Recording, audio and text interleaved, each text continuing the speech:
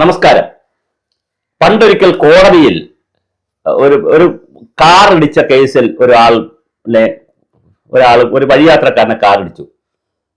അപ്പോൾ കോടതിയിൽ പറഞ്ഞ ഒരു ചോദ്യം, ഈ ഇടിച്ച കാറിന്റെ ഡ്രൈവറുടെ വക്കീൽ പറഞ്ഞു, എന്റെ ഡ്രൈവർ കഴിഞ്ഞ 10-25 വർഷമായി വാഹനം ഓടിക്കുകയാണ്, ഒരാളെയും ഇതുവരെ ഇടിച്ചിട്ടില്ല, അങ്ങനെ ഒരു സംഭവമില്ല. അപ്പോൾ നടന്നു പോയ ഒരാളിനെയാണ് ഇടിച്ചത്. അപ്പൊ അദ്ദേഹത്തിന്റെ വക്കീൽ പറഞ്ഞു, എന്റെ കക്ഷി കഴിഞ്ഞ 10-40-50 വർഷമായി പ്രഭാത സവാരിക്ക് പോകുന്നതാണ്, ഇതുവരെ ഒരു വാഹനവും അദ്ദേഹത്തെ ഇടിച്ചിട്ടില്ല. കോടതി കുഴങ്ങി, ഇതെന്താ ചെയ്യേണ്ടതെന്നുള്ളതിനെ സംബന്ധിച്ച്. അപ്പോൾ പക്ഷെ വിധി വന്നു, ഇടിച്ച ആളിനും ആണ് കുഴപ്പമെന്ന് പറഞ്ഞ് വിധി വന്നു. അങ്ങനെയാണല്ലോ വരുന്ന കാര്യം, ഇൻഷുറൻസ് ക്ലെയിം ഒക്കെ ഉണ്ടല്ലോ. ഞാനിത് കഥ പറഞ്ഞു, ഒരു സംഭവമായിരിക്കും എല്ലാവരെയും ആശയക്കുഴപ്പത്തിലാക്കുന്നത്. ഇന്നലെ വരെ ഞങ്ങൾ സുഭാഷിതം ചാനൽ സത്യസന്ധമായി ആഗ്രഹിച്ചിരുന്നു, ശ്രീലേഖ IPS എന്ന് പറയുന്ന ആ വനിത തിരുവനന്തപുരം മേയർ ആകണം. അത് രാഷ്ട്രീയത്തിനനുകൂലമായി ചിന്തിച്ചതാണ്. എന്നോട് വളരെ പ്രധാനപ്പെട്ട RSSന്റെ നേതാക്കൾ, ഞാൻ ഉത്തരവാദിത്വത്തോട് പറയുന്നു, വളരെ പ്രധാനപ്പെട്ട RSSന്റെ നേതാക്കൾ, BJPയുടെ നേതാക്കളൊക്കെ എന്നെ വിളിച്ച് പറഞ്ഞു, എന്റെ ചാനൽ കണ്ടതിന് ശേഷം വിളിച്ചു പറഞ്ഞു, നന്നായി, ശ്രീലേഖ IPS ആണ് തിരുവനന്തപുരത്ത് വരേണ്ടത്. രാജീവ് ചന്ദ്രശേഖറും ശ്രീലേഖ IPS എന്ന് പറഞ്ഞ ആ ഒരു കോമ്പിനേഷൻ ഉണ്ടെങ്കിൽ തിരുവനന്തപുരം അമ്പിളി അമ്മാവനെ പോലെ വളരെ സ്വർഗഭൂമിയാകും. ഇതൊരു പ്രതീക്ഷയായിരുന്നു. എല്ലാ പ്രതീക്ഷകളെയും ഒറ്റ പ്രവൃത്തി കൊണ്ട് ശ്രീലേഖ IPS തളർത്തിക്കളഞ്ഞു. നിങ്ങൾ പൊളിറ്റിക്സിൽ നിൽക്കാൻ യോഗ്യയല്ല. ഇനി നിങ്ങളെ ആരെങ്കിലും ഉപദേശിച്ചിട്ടാണ്, BJPയുടെ ആരെങ്കിലും നിങ്ങളെ ഉപദേശിച്ചിട്ടാണ്, അത് രാജീവ് ചന്ദ്രശേഖർ അടക്കമുള്ള ആരെങ്കിലും ഉപദേശിച്ചിട്ടാണ് ആ പ്രവൃത്തി ചെയ്തെങ്കിലും അവർക്ക് പൊളിറ്റിക്സ് അറിയില്ല. ഇങ്ങനെയല്ല നിങ്ങൾ MLA VK പ്രശാന്തിനെ എതിർക്കേണ്ടത്. ഞാൻ VK പ്രശാന്ത് മത്സരിച്ചാലും, ഒരു തട്ടുകടയാണ് അവിടെ ഇരുന്നെന്ന് വിചാരിക്കുക, കോർപ്പറേഷന്റെ ഒരു ബിൽഡിങ്ങിൽ ഒരു തട്ടുകട ഇരുന്നു, അത് എത്രയും സ്ഥലങ്ങളിൽ കോർപ്പറേഷൻ വാടക കൊടുത്തിട്ടുണ്ട്. ഒരു തട്ടുകട ഇരുന്നാലും അതിന് 3 മാസം കൂടി വാടക ചീട്ടുണ്ട്. ഒന്നാമത്തെ കാര്യം. രണ്ടാമത്തെ കാര്യം, നിങ്ങൾക്ക് അവിടെ ഒരു ചെറിയ ഓഫീസ് ഉണ്ട്, കൗൺസിലർക്ക് അവിടെ ഒരു ഓഫീസ് ഉണ്ട്. BJPയുടെ CPMന്റെ അതും വാടകയ്ക്കാണ്. ഈ പ്രശാന്ത് MLA ആണ്, 3 മാസം കൂടി അദ്ദേഹത്തിന് സമയമുണ്ട്, വാടക കൊടുക്കുന്നുണ്ട്. അദ്ദേഹം മേയറായിരുന്നു, അദ്ദേഹമാണ് അത് റിനോവേറ്റ് ചെയ്യുമ്പോൾ മേയറായിരുന്നത്. ഇതെല്ലാം നിങ്ങൾ കൺസിഡർ ചെയ്യേണ്ട, ഇതൊന്നും കൺസിഡർ ചെയ്യേണ്ട. അദ്ദേഹം MLA ആയിരുന്നു, കൺസിഡറേഷൻ വേണ്ട. അദ്ദേഹം CPM ആണ്, നിങ്ങൾക്ക് എതിർക്കാം. അദ്ദേഹം അവിടെ പണിതു അല്ലെങ്കിൽ റിനോവേറ്റ് ചെയ്തു, അത് കള്ളമാണെന്ന് പറയാം, അല്ലെങ്കിൽ വേറെ ഒരു ചുമതലയാണെന്ന് പറയാം. മേയറായിരുന്നു, അതിൻ്റെ ഒരു കൺസെഷൻ കൊടുക്കണ്ട. പക്ഷെ ഒരു സാധാരണ ഇന്ത്യൻ പൗരനോട് ചെയ്യാൻ, ഒരു തട്ടുകടക്കാരനോടെങ്കിലും ചെയ്യേണ്ട ഒരു സാമാന്യ മര്യാദ നിങ്ങൾ കാണിക്കേണ്ടിയിരുന്നു മാഡം. അതുകൊണ്ട് നിങ്ങൾ മേയറാകാതിരുന്നത് തിരുവനന്തപുരത്തുകാരുടെ ഭാഗ്യം എന്ന് ഞങ്ങൾ കരുതുന്നു. മറ്റൊന്നും നിങ്ങൾ വിചാരിക്കരുത്. നിങ്ങൾ വളരെ അപക്വമായി പോയി. നിങ്ങൾ IPSകാരിയായി, IPS ഒക്കെ കിട്ടി, നിങ്ങൾ DGP റാങ്കിലേക്കൊക്കെ അങ്ങ് ഉയർന്ന് അഡീഷണൽ DGP ലെവലിലേക്ക് പോയപ്പോൾ അധികാരം എന്ന് പറയുന്നൊരു 4 അക്ഷരമുണ്ട് മാഡം, പവർ.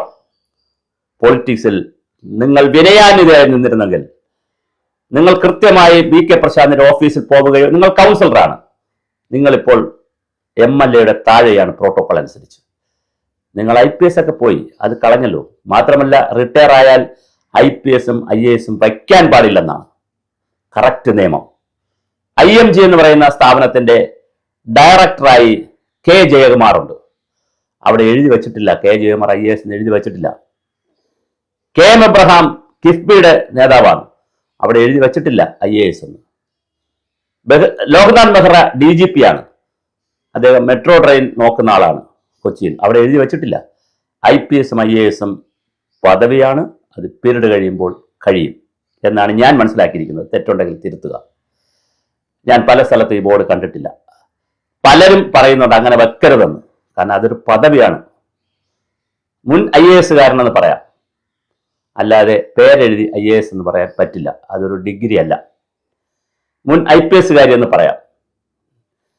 അപ്പോൾ ഞാൻ പറഞ്ഞത്, നിങ്ങൾ IPSകാരിയായി തന്നെ ഇപ്പോഴും നിൽക്കുന്നത്. പ്രശാന്ത് എന്ന് പറയുന്ന ആളിനോടോ അദ്ദേഹത്തിന്റെ രാഷ്ട്രീയത്തോടോ ഒന്നും നമുക്ക് താല്പര്യമോ കൂടുതലോ കുറവൊന്നുമില്ല. എന്റെ MLA ആണ് എന്നുള്ളതിനപ്പുറം, മാന്യനായ ഒരു സൗമ്യനായ MLA ആണ് എന്നുള്ളതിനപ്പുറം വേറെ വ്യക്തിബന്ധങ്ങളുടെ കാര്യങ്ങളൊന്നുമില്ല. എനിക്കറിയാം, പരിചയമുള്ള MLA ആണ്. പക്ഷെ അദ്ദേഹത്തെ പോലുള്ള ആളിന്, പ്രത്യേകം അദ്ദേഹം നല്ല വിനയമൊക്കെ ഉള്ള ഒരു MLA ആണ്, അദ്ദേഹത്തെ പോലുള്ള ആളിനെ താങ്കൾ ഇങ്ങനെയല്ല കൈകാര്യം ചെയ്യേണ്ടിയിരുന്നത്. താങ്കൾക്ക് ഒരു പ്രാവശ്യം അതുവഴി പോകുമ്പോൾ MLA അവിടെ ഉണ്ടോ ഒന്ന് കാണണം എന്ന് പറഞ്ഞ് അവിടെ പോയി കണ്ടെങ്കിലും നിങ്ങൾ വിനയം കൂടിയ ആളുകളായനെ, കൂടിയൊരു വ്യക്തിയായനെ.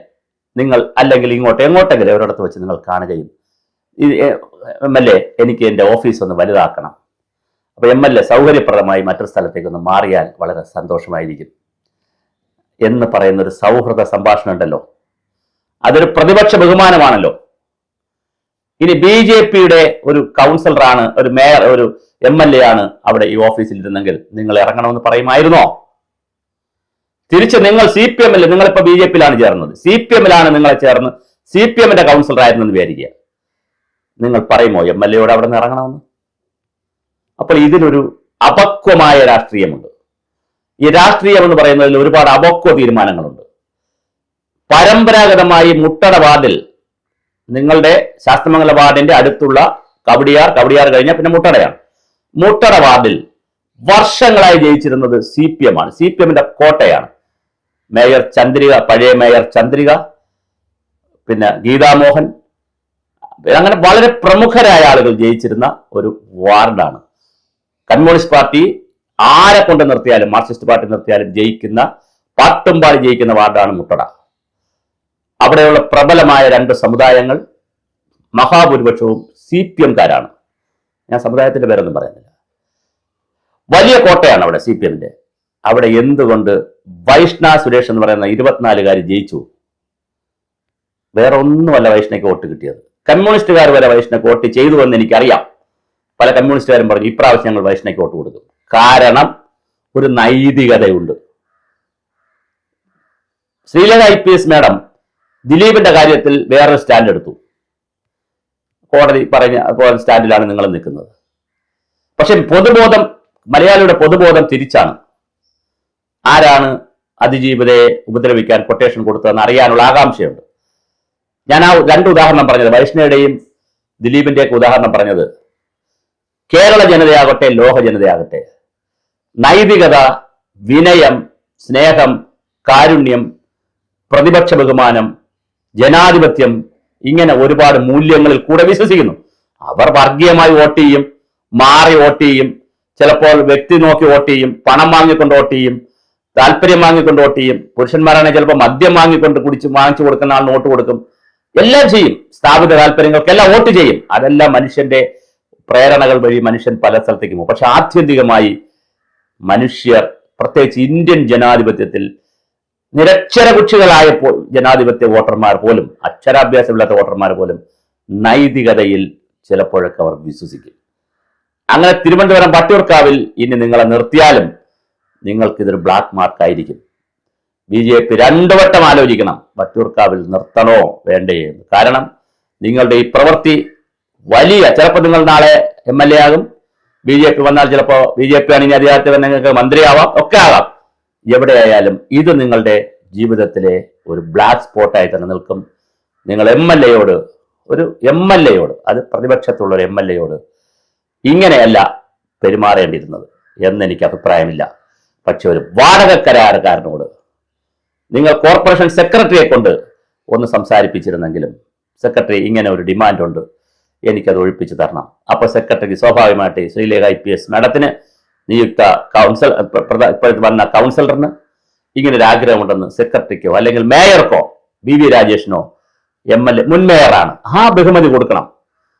ആര്യ രാജേന്ദ്രനെ തെരഞ്ഞെടുപ്പിൽ ഒരുപാട് ഉപയോഗിച്ചു, പക്ഷെ അത് കഴിഞ്ഞു. ഇനി അവർ മുൻ മേയറാണ്. അവർ 21 വയസ്സായോ 22 വയസ്സായോ അവർ അത് ചെയ്തോ യദുവിനെ അകത്താക്കിയോ, അതൊന്നും അല്ല വിഷയം. അതെല്ലാം കഴിഞ്ഞു. അവർ മേയറാണ്.